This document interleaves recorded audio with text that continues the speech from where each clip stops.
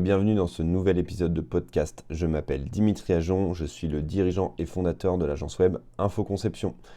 Avec mon agence, notre métier c'est la création de sites internet et le référencement. Et l'objectif de ce podcast est de t'aider à remonter dans les positions de Google. D'ailleurs, merci à SEMrush qui sponsorise ce podcast. Dans l'épisode du jour, je voulais t'expliquer et te donner une idée de quand il faut faire du référencement lorsque tu te lances dans la création d'un site internet. Tu viens de démarrer, tu as ton activité et tu veux te lancer, tu sais que tu as besoin d'un site web et maintenant tu sais que tu as besoin de référencement. À quel moment il faut intervenir? Est-ce qu'il faut faire du référencement avant, après, pendant, etc. On va essayer de voir ça ensemble aujourd'hui. Alors, première étape va être de lister sur le papier, toi, un peu l'arborescence de ton site. En gros, quel style de page tu veux, les fonctionnalités que tu veux y mettre, etc., etc. Par exemple, une page d'accueil, une page service, après une page qui explique chacun des services, une page contact, etc. Ça, c'est le premier point, c'est juste pour toi et pour tes visiteurs. Donc là, tu vas présenter tes services et ta boîte. OK.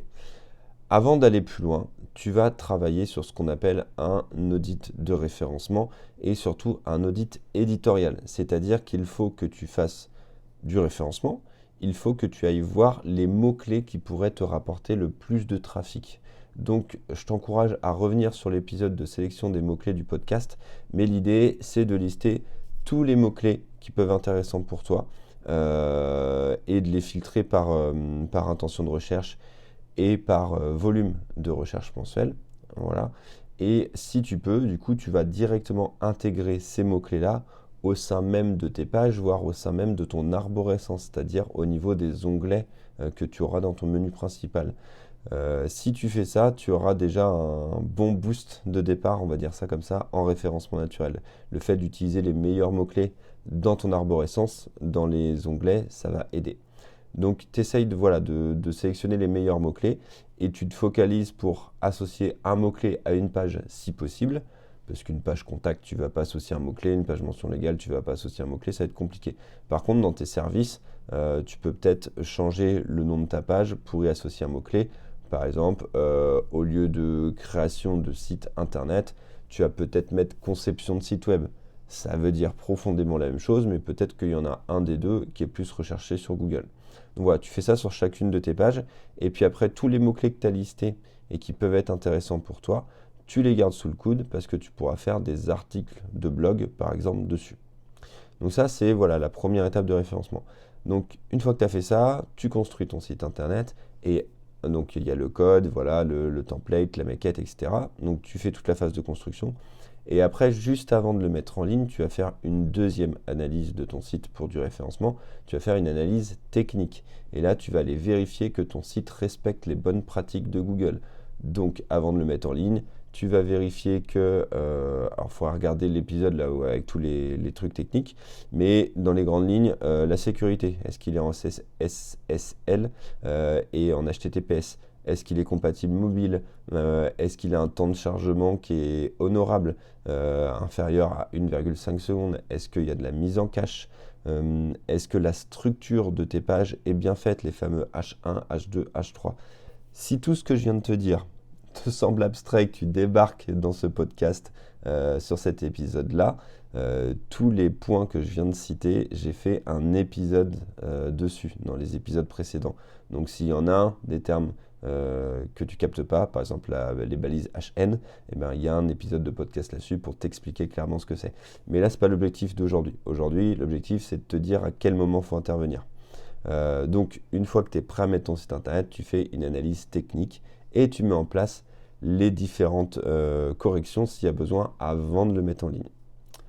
Au moment de la mise en ligne, si tu avais déjà un site internet avant, eh bien là, tu vas rediriger tes anciennes URL vers tes nouvelles. C'est pareil, j'avais fait un épisode là-dessus avec le fichier htaccess. Si tu n'avais pas de site, tout va bien, tu n'as plus qu'à l'envoyer. Une fois que ton site est en ligne, tu vas pouvoir aller donc, en termes de référencement dans la Search Console de Google.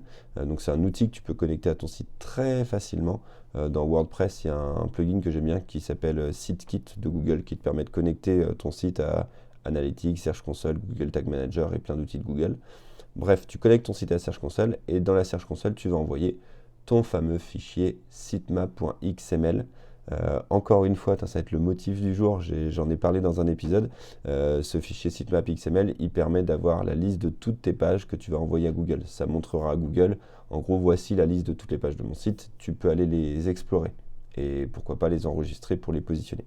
Donc voilà, une fois que tu fais la mise en ligne, t'envoies ce fichier-là, le sitemap.xml. Ton site va commencer à tourner, très bien, Google va commencer à le positionner, attends un petit peu pour voir ce que ça donne. Tu peux déjà maintenant commencer à créer des nouvelles pages de contenu de manière régulière. Fais pas une page de contenu tous les jours pendant 3 mois et ne fais rien après, mais au contraire, focalise-toi sur un bon rythme. Ça peut être par exemple une page de contenu par semaine à vie. Okay, jusqu'à la fin de ton site, tu te dis que toutes les semaines, il faut que tu crées une nouvelle page de contenu pour montrer à Google que ton site vit et que tu vas te positionner sur des nouveaux mots-clés.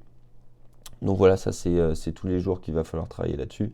Et puis de temps en temps, donc une fois que ton site est en ligne, refais peut-être une fois par mois des scans assez rapides des performances techniques de ton site, parce que tu verras que plus tu utilises et plus tu vas mettre des choses en place et plus des fois le site est un peu moins bon parce que tu as oublié de remettre la mise en cache ou parce qu'il y a un paramétrage qui a sauté, parce qu'il manque une mise à jour, etc.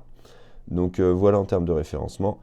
Et au final, ce que tu vas pouvoir mettre en place après également, ça va être d'obtenir des liens pour travailler sur le troisième pilier qui est la réputation. Ça va être d'obtenir des liens d'autres sites web vers le tien.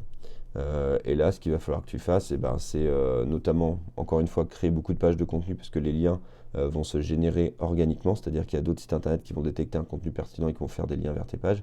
Et tu peux également mettre en place des partenariats, voire acheter des liens sur des plateformes pour faire augmenter ta réputation. Donc si je fais un petit récap de tout ce qu'on s'est dit, à quel moment faut-il intervenir en référencement quand tu crées un site internet? Tu vas intervenir au début pour faire la liste des mots-clés qui sont intéressants pour ton métier et tu vas essayer de les associer à chacune de tes pages. Tu vas intervenir une fois que le site commence à être prêt à être mis en ligne pour faire une analyse technique de ton site internet. Tu vas intervenir à la mise en ligne de ton site pour envoyer à Google le sitemap XML pour lui montrer quelles sont les pages. Et après, tu vas intervenir continuellement pour créer des nouvelles pages de contenu sur des mots-clés que tu avais ciblés bien avant. Et de la même manière, mensuellement, tu vas essayer de faire des analyses techniques de ton site web pour voir s'il y a des choses à améliorer en termes de performance. Et l'ultime étape sera, encore une fois, après, d'obtenir des liens vers ton site web. Voilà, j'espère que c'est clair, comme d'habitude d'ailleurs, j'espère que c'est clair à chaque fois. N'hésitez pas à me faire des retours sur Insta, sur LinkedIn. Envoie-moi des questions si tu veux. J'essaierai de les traiter dans le podcast. Abonne-toi et mets une note sur la plateforme de ton choix, ça aide le podcast à remonter. Surtout si l'épisode t'a plu, tu peux le partager ou tu peux t'abonner ou tu peux mettre une note. Ça me ferait très plaisir, vraiment, c'est encourageant. Et puis voilà, c'est tout pour aujourd'hui. Je te souhaite une très belle journée. Prends soin de toi, prends soin de ton référencement. À demain. Ciao!